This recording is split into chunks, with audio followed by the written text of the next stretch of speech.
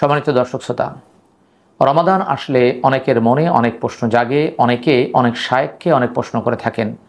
যথারীতি আমাদেরকেও কিছু প্রশ্ন করা হয়েছে, তার মধ্যে থেকে বাছাই করে আমরা রমজান ভিত্তিক 10টি প্রশ্নের উত্তর দেব ইনশাআল্লাহ। প্রথম প্রশ্ন হচ্ছে, মহিলারা ওষুধ খেয়ে পিরিয়ড বন্ধ করে রোজা রাখতে পারবে কি? এটার দুটি রূপ রয়েছে বা দুটি পদ্ধতি রয়েছে। এক, যদি শারীরিক সমস্যা হয় তাহলে এটা করতে পারবে না, কেননা 2 নম্বর সূরার 190 নম্বর আয়াতে আল্লাহ বলেছেন, ওয়ালা তুলকু বিআইদিকুম ইলা তাহলুকা, আর নিজেদেরকে নিজেদের হাতে ধ্বংসের দিকে ঠেলে দিও না। যদি শারীরিক কোনো সমস্যা না হয় তাহলে এটা করা যাবে। আল্লাহ তাআলা 2 নম্বর সূরার 148 নম্বর আয়াতে বলেন, ফাস্তাবিকুল খয়রাত, অতএব কল্যাণের কাজে তোমরা প্রতিযোগিতা করো। আর প্রতিযোগিতা করতে হলে আমাদেরকে অবশ্যই সুস্থ থাকতে হয়। এজন্য কেউ যদি শারীরিক কোনো সমস্যা অনুভব না করেন বা তার শারীরিক সমস্যা না হয় তাহলে সে করতে পারে এটা।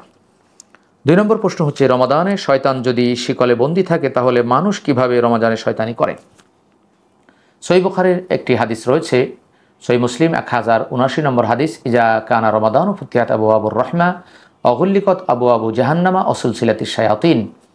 যখন রমাদান মাস আসে তখন রহমতের দরজাসমূহ খুলে দেওয়া হয়, জাহান্নামের দরজা বন্ধ করে দেওয়া হয় এবং শয়তানকে শৃঙ্খলাবদ্ধ করা হয়। মুহাক্কিকগণ বা মুফাসসিরগণ, মুহাদ্দিসগণ এটার দুটি অর্থ করেছেন। 1 নম্বর অর্থ হচ্ছে রূপক অর্থে, তথা যেহেতু শয়তানের শয়তানি কেউ গ্রহণ করে না তাই বলা হয়েছে যে শয়তানকে শৃঙ্খলাবদ্ধ করা হয়, অর্থাৎ শৃঙ্খলাবদ্ধ থাকলে সে যেমন থাকে ঠিক তেমনটি হয়। আরেকটি হচ্ছে শাব্দিক অর্থ, অর্থাৎ সত্যি সত্যি শয়তানকে শৃঙ্খলাবদ্ধ করা হয়। তবে প্রথমটি বেশি কোরআনের সাথে সঙ্গতিপূর্ণ, কেননা 38 নম্বর সূরার 80, 81, 82, 83 নম্বর আয়াতে আল্লাহ তাকে বলেছেন যে তুমি অবকাশকারীদের অন্তর্ভুক্ত, অর্থাৎ কিয়ামত পর্যন্ত তাকে অবকাশ দেওয়া হয়েছে। অবকাশ দিয়ে আবার তাকে বন্দী করার বিষয়টি একটু ভিন্ন রকম। তাছাড়া 83 নম্বর আয়াতে আল্লাহ তাআলা বলেছেন, 38 নম্বর সূরা সদের, যে যারা আল্লাহর মুখলিস বান্দা, খালেস বান্দা, তাদেরকে সে ধোঁকা দিতে পারবে না। যেহেতু রমাদানে মানুষ বেশি আল্লাহর নৈকট্যশীল হয়ে যায়, ধোঁকা নেয় না, সেহেতু এটি সবচেয়ে যুক্তিযুক্ত। আর যেহেতু মানুষ আগ থেকে শয়তানি করে থাকে, আর নফস শয়তান রয়েছে, জিন শয়তান রয়েছে এবং মানুষ শয়তান রয়েছে। জিন শয়তান যদিও বা বন্দী থাকে বা মানুষ তার ধোঁকা না নেয়, তাহলে নফস এবং জিনের বিষয়টি তো রয়েছে। মিনাল জিন্নাতি ওয়ান নাস, সূরা নাসের শেষ নম্বর আয়াতে এটি রয়েছে। অতএব শয়তানের শয়তানি আমরা আগ থেকে যেহেতু গ্রহণ করেছি বা গ্রহণ করে থাকি, সেহেতু রমাদানেও তার ব্যত্যয় ঘটে না। 3 নম্বর হচ্ছে, রোজা রেখে ভেঙে ফেললে করণীয় কি? কেউ যদি রোজা রেখে ভেঙে ফেলে তাহলে তাকে কাজা এবং কাফফারা উভয়টিই দিতে হবে। কাজার কথা বর্ণনা করা হয়েছে 2 নম্বর সূরা 184, 85 নম্বর আয়াতে, এবং কাফফারার কথা সহিহ বুখারী, মুসলিম, তিরমিজি অনেক গ্রন্থে রয়েছে। অর্থাৎ কেউ যদি ইচ্ছে করে রোজা ভেঙে ফেলে তাহলে ওটার কাজাও করতে হবে, অর্থাৎ যে কয়টি ভাঙবে সেই কয়টি কাজা করতে হবে, এবং কাফফারা তথা একাধারে 2 মাস একটি রোজার জন্য কাফফারা দিতে হবে। 4 নম্বর হচ্ছে, স্বপ্নে রোজা রাখতে দেখলে কি রোজা রাখা ওয়াজিব হয়ে যায়? না, স্বপ্নে রোজা রাখতে দেখলে রোজা রাখা ওয়াজিব হয় না, কেননা আল্লাহ তো স্পষ্টভাবে রোজার বিধানগুলো জানিয়ে দিয়েছেন। তাহলে স্বপ্ন আমরা দেখলে কিভাবে সেটা ওয়াজিব হবে? তাছাড়া স্বপ্ন তো কয়েকভাবে হতে পারে। একটি হচ্ছে মানুষের মনের ওয়াসওয়াসা থেকে হতে পারে, আরেকটি হচ্ছে শয়তানের পক্ষ থেকে হতে পারে, আরেকটি হচ্ছে আল্লাহর পক্ষ থেকে হতে পারে।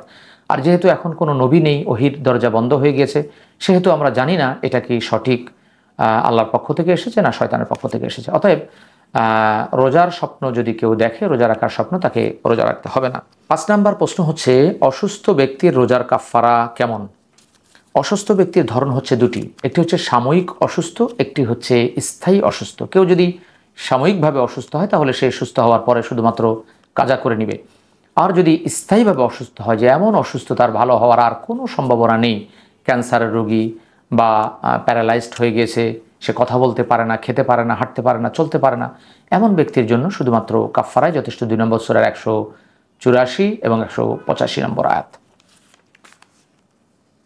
6 নম্বর প্রশ্ন হচ্ছে, থুতু গিলে ফেললে কি রোজা ভেঙে থাকে বা রোজা ভেঙে যায়? না, থুতু গিললে কখনো রোজা ভাঙে না, কেননা শুধুমাত্র খাবার, পানীয় এবং যৌন সম্ভোগের মাধ্যমেই রোজা ভাঙে। এগুলোর বিভিন্ন রূপ রয়েছে, আরও কিছু বিষয় রয়েছে যেগুলোর মাধ্যমে রোজা ভাঙে।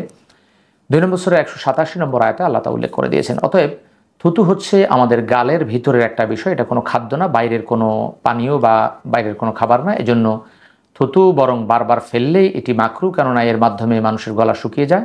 অতএব থুতু খেলে রোজা ভাঙার কোনো সম্ভাবনা নেই। 7 নম্বর প্রশ্ন হচ্ছে, অনেকে রোজা রাখেন কিন্তু সালাত আদায় করেন না, তাদের রোজা কবুল হবে কি? এ ব্যাপারে মুহাক্কিকগণ দুটি মত ব্যক্ত করেছেন। একটি হচ্ছে যে বাইনাল আবদি ওয়া বাইনাল কুফরি তারকুস সালাহ, যেহেতু ইমানদার এবং কাফেরের মধ্যে পার্থক্য হচ্ছে সালাত আদায় করা না করার মধ্যে, সেহেতু একদলের মতে তা কবুল হবে না। আরেক দল আলেম মনে করেন যে সেটা শুধুমাত্র ধমকের জন্য এসেছে। মূলত কেউ যদি সালাত আদায় না করে তাহলে সে কাফের হয় না, সালাতকে অস্বীকার করলেই শুধুমাত্র সে কাফের হয়। অতএব এটা তার গুনাহ হবে, কিন্তু অবশ্যই তার সিয়াম হয়ে যাবে, কেননা দুটি ভিন্ন ভিন্ন ইবাদত। 8 নম্বর প্রশ্ন হচ্ছে যে ইতিকাফ কত রোজা থেকে রাখতে হয়? এটা রাখতে হয় 20 রোজা শেষ হয়ে গেলে, যখন 21 রোজা শুরু হয়, অর্থাৎ যখন মাগরিবের সালাত শুরু হয়, আমরা জানি তখন 21 রোজা শুরু হয়, তখন থেকে ইতিকাফ শুরু হয়। রমজান মাসে দ্রব্য মূল্য বৃদ্ধি করলে কি গুনাহ হবে? হ্যাঁ, রমজান মাসে কেউ যদি ইচ্ছে করে দ্রব্যমূল্য বৃদ্ধি করে তাহলে তার অবশ্যই গুনাহ হবে। 33 নম্বর সূরা 58 নম্বর আয়াতে বলা হয়েছে যে মুমিনদেরকে যদি কেউ কষ্ট দেয় তাহলে তার গুনাহ অবশ্যই বহন করতে হবে। অতএব আমরা চেষ্টা করব মুমিনদেরকে সাহায্য করার জন্য। আল্লাহ বলেছেন তাআওয়ানু আলাল বিররি ওয়াত তাকওয়া, তোমরা পরস্পর ভালো কাজে সহযোগিতা করো। অতএব আমরা ভালো কাজে সহযোগিতা করার চেষ্টা করব, কিন্তু দ্রব্যমূল্য বাড়িয়ে আমরা মানুষকে কষ্ট দেওয়ার চেষ্টা করব না। 10 নম্বর প্রশ্ন হচ্ছে, তারাবির সালাত কি কাজা আদায় করতে হবে? তারাবির সালাত হচ্ছে একটি নফল সালাত, আর নফলকে সাধারণত আমরা দুই ভাগে বিভক্ত করে থাকি। মুহাক্কিকগণ, ফকিহগণ দুই ভাগে বিভক্ত করে থাকেন। একটি হচ্ছে সুন্নতে মুআক্কাদা, আর একটি হচ্ছে সুন্নতে গায়রে মুআক্কাদা।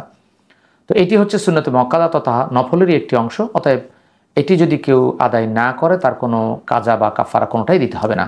আশা করি বিষয়টি অনুধাবন করতে পেরেছেন। আল্লাহ সুবহানাহু ওয়া তাআলা আপনাকে আমাকে এই রোজার মাসের জন্য কবুল মঞ্জুর করুক এবং আমরা যেন মাসালাগুলো জেনে সেই মোতাবেক আমল করতে পারি।